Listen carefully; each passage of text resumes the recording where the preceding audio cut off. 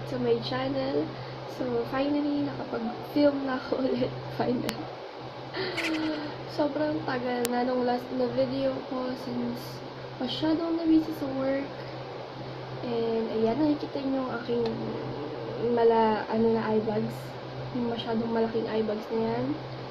And sobrang dark ng circle ng mata ko. And my skin was at its not best situation right now. Nakapag-film ako, pero inisip ko mag-film pa din ako since puro voice over na lang yung mga last na video na nagawa ko. And ayan, for today, kagaya ng sabi ko dun sa last na video, yung susunod na video na pinifilm ko ngayon is about a foundation review again. And ulitin ko, it's a review. Specifically, it's more on a try-on and review, pero I can't wear test it since it's already gabi na. It's already 8 PM and I don't know kung justified pa mong i-wear test yun. Pero kasi, I can give you my thoughts already about this foundation since I already use it so many times by the time that I got it. And I can really tell you kung paano siya nag-work on my skin. And by the way, my skin is combination to oily. And ayun. So without further dal-dal, dami ko nang sinabi. Let's go to the video. So, what I'm talking about is, hindi ko pala nasabi kanina, dami kong sinabi, is the Maybelline Superstay full coverage foundation. So I know so many vloggers, so many beauty gurus already reviewed this foundation, but I just really want to give you my thoughts about it right now. And it's up to you if you will consider my review or hindi na. Bahala na kayo. So ayun. So I got the shade 128 Warm Nude. Ang feeling ko na right shade ko is the 220, but it oxidized so bad on me na parang kung ginanon ko siya dito, kala mo nasunog na yung balat ko. Sobrang pagka-orange at pagka-itim niya dito. And yun, so nag-decide ako na kukuha ko ng lighter shade kasi sa skin tone ko, kasi baka mas bumagay. And tama naman ako, swak na swak naman si 128 on my skin tone. So as I've told you earlier, I already used this foundation so many times. So, hindi ko na siya gagamitan ng sponge on the other side and brush on the other side kasi I can definitely tell you that I will use a brush since hindi naman gano'ng kakapal yung consistency ng foundation. Parang magaling mata ko. Nung foundation. Pero kasi hindi ko alam. Gusto ko brush. Ganun. Hindi naman siya nag-streaky. Wala namang streaky on my face kapag brush yung ginagamit ko. And I will show you. Pag brush kasi, feeling ko sobrang daming foundation na yung nasisip-sip. And sobrang sayang kasi this one retails for 499 pesos. And kung sisip-sipin lang naman ng sponge yung half nung pump na kinuha mo, girl, mag-brush ka na lang, girl. Ayan, so this is how it looks like. It has a pump and thick yung consistency niya, pero hindi naman super duper thick. Ayan siya. Mas medyo pack yung consistency nito compared to the Maybelline Fit Me. So I will do a parang half and half ng Maybelline Fit Me and this one, so we can see kung ano ba yung pagkakaiba nila. So, on this foundation, I really love using the Detail Makeover na primer oil since sobrang matte ng kanyang finish na ganito siya, liquid siya. Pero once na ginanon mo siya and blend mo siya, it will turn into a powder real quick. So, mas prefer ko na gumamit kayo ng oil if you have a dry skin and moisturize your face so bad kasi you really need it as it's super duper matte. So for me, I have combination to oily skin, kaya yung ginagamit ko is matte primer pa din, and I still set it with a powder kasi nga may tendency pa din na mag-oil up ako throughout this foundation. And habang nag-blend ako, ayan na siya. Nagiging pulbo na siya agad-agad, as in. Ayan. Parang nawawala na siya habang miniblend nyo. Nawawala na yung pagka-liquid foundation niya. It turns into a powder instantly. So, ayan na siya. So, this is half of my face with the foundation, and it looks white on the camera, pero pag nakita nyo siya sa personal, sobrang swak. No, shade on me, and kapag nag-oxidize siya, mas maganda siyang tingnan. Kasi nga, sumasakto siya lalo. Ngayon, medyo maputi pa siya since kaka-apply ko lang naman. So, as you can see, it's a full coverage. Kung hindi naman kayo sobrang daming blemishes, and wala naman kayong ganong acne scars, this foundation will cover your face in just one pump. And ayan. So, for me, hindi na ako nagko-concealer every time that I use this foundation. And ginagano ko na lang siya. Binibuild up ko siya here on my eyes. Kasi para matakpan yung mga iba pang mga kachismisan dyan. Ayun. So, I don't use concealer anymore. And maganda naman siya, natakpan naman niya yung aking dark under eyes. And ayan. So, sobrang flawless niya. You can see my veins peeking through na dito. While on fit me, it really see pa rin yung aking veins dito sa mga area na to. So, ayan. So, I will just do the other side of my face.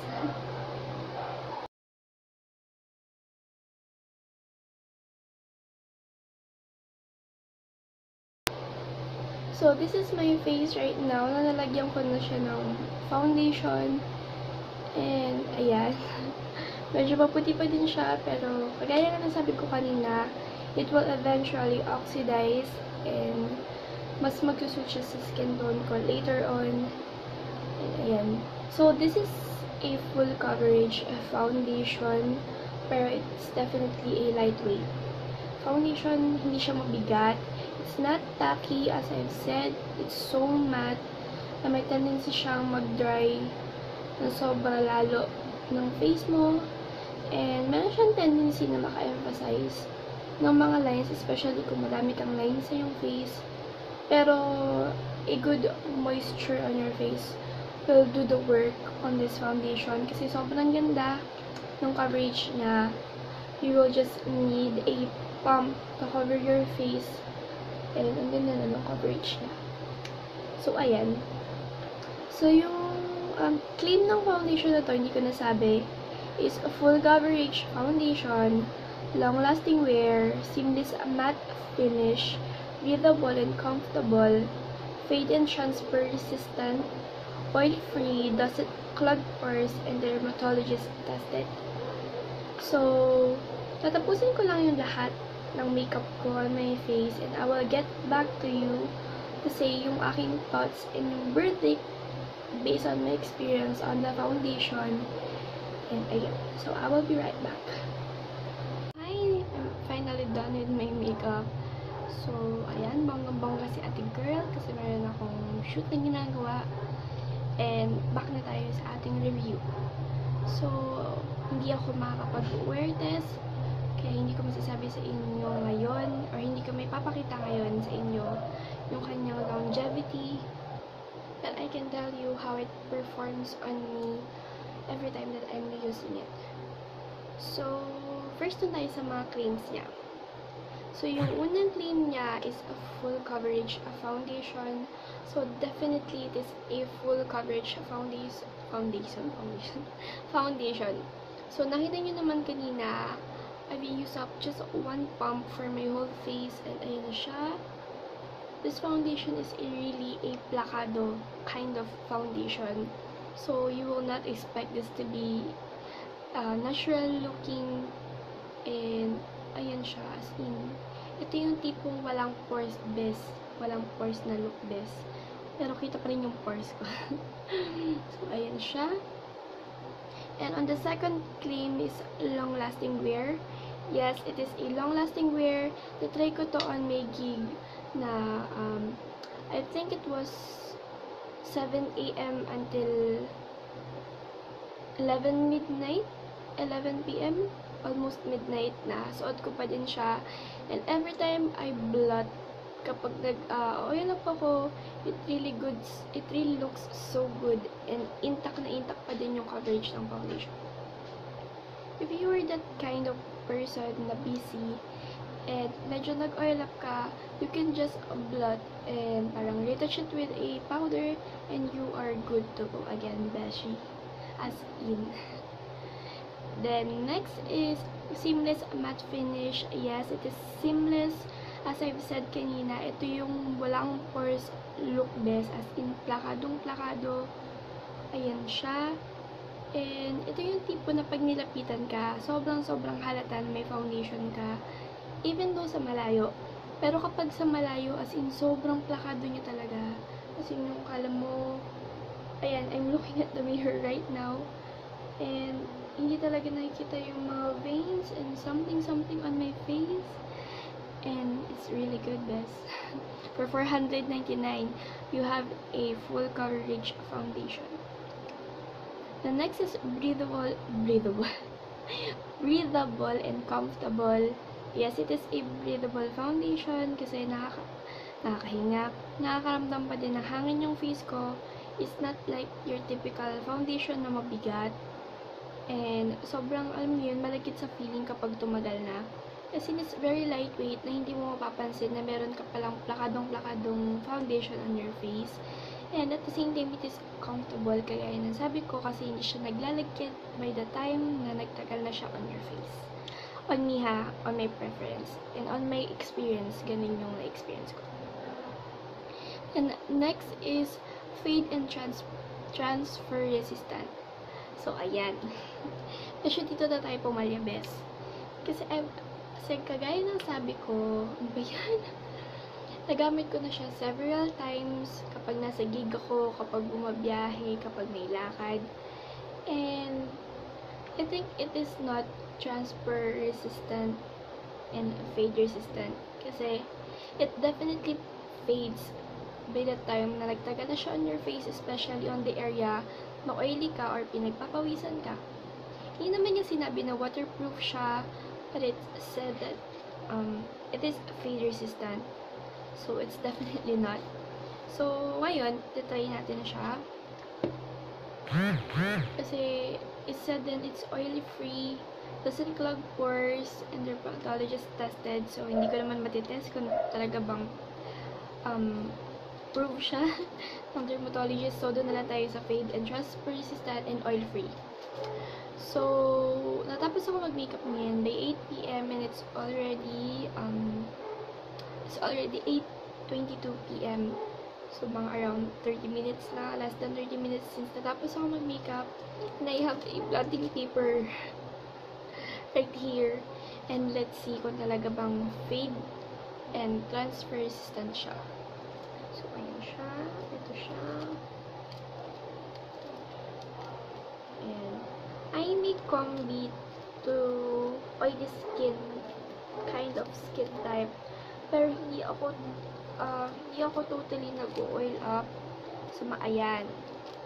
I don't know if nakikita nyo. Ayan siya. Meron siyang transfer. Ayan. Mga best. So, medyo palya-palya tayo doon sa claim na transfer proof siya. So, ayan. Isa pa dito, as you can see, it's 30 minutes pa lang since na-apply ko siya and I'm already oiling up. Like, what? Saan galing yung oil na yan, best? Hindi mainit dito sa aking room. Kung saan ako nag-film, hindi rin ako pinagpapawisan. So, it means hindi siya ganang ka-transfer proof sa akin. So, ito na yung paper na pinamblot ko. And I don't know if na-justify ng camera. Pero, ayan. Yung mga transfer siya. As in, ang dami niyang transfer. And may oil na agad ako na nakuha on my paper. So, ayan. So, medyo palyado siya sa akin dun sa cream niya na yun. So, ayun lang naman about sa kanyang claims.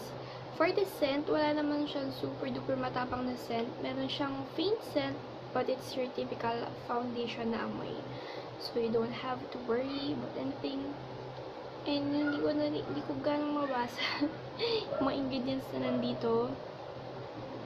Pero I think it's safe naman since someone naman siya nabibili. And yun lang kasi Maybelline is not a cruelty-free brand. So, you will not see any rabbit logo on this, cruelty-free logo on this. So, ayun, hindi ko rin alam kung gaano siya katagal kasi wala rin nakalagay sa kanyang bottle and wala rin naman siyang plastic na pwedeng makita yung kanyang expiration date. So, ayun lang guys. So, if you want to buy this Maybelline Superstay 24 full coverage foundation, this retails for 499 pesos in any SM beauty stores or Watsons kung meron mang Maybelline doon. And you can check it on Lazada, Shopee, and sa mga iba pang online stores kasi nagbebenta rin sila doon. And ayun lang, tip lang, if you are gonna buy it, go for one shade lighter on your skin tone since sobra siyang mag-oxidize. Para kapag nag-oxidize na siya, sakto na siya on your skin tone. As you can see, ayan na siya, sakto na siya on my skin tone. And kanina sobrang puti niya. So, ayun, and sana nakatulong yung iba kong sinabi, even though alam kong ang dami-dami nyo nang napanood na review about this foundation. Hinabol ko yun sa akin, and sana nakatulong pa din siya sa inyo. So, that will be our video for today, and I'll see you on my next one. Bye-bye!